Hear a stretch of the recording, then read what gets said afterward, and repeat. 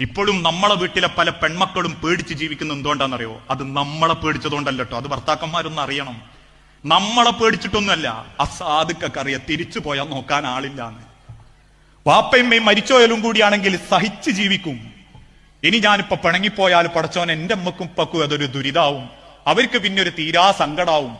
വാപ്പയമ്മയും വരുമ്പോ മാത്രം പുഞ്ചിരിച്ച് സമാധാനത്തിൽ കുടുംബം നോക്കി അവസാനം പേടിച്ച് വിറച്ചു നിൽക്കുന്ന ആ ജീവിതം ഉണ്ടല്ലോ, കൊമ്പില്ലാത്തതിനെ കുത്തിത്തോൽപ്പിക്കല്, അത് വലിയ ആണത്തൊന്നുമല്ല.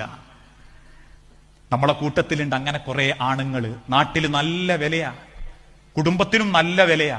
പക്ഷെ അവന്റെ തനി സ്വഭാവം അവന്റെ പെണ്ണിനെ അറിയൂ. അള്ളാന്റെ ഹബീബ് റസൂലുള്ളാഹി സ്വല്ലല്ലാഹി അലൈഹി വസല്ലം പറഞ്ഞല്ലോ, ആണുങ്ങളിൽ ഏറ്റവും നല്ലോനാരാ?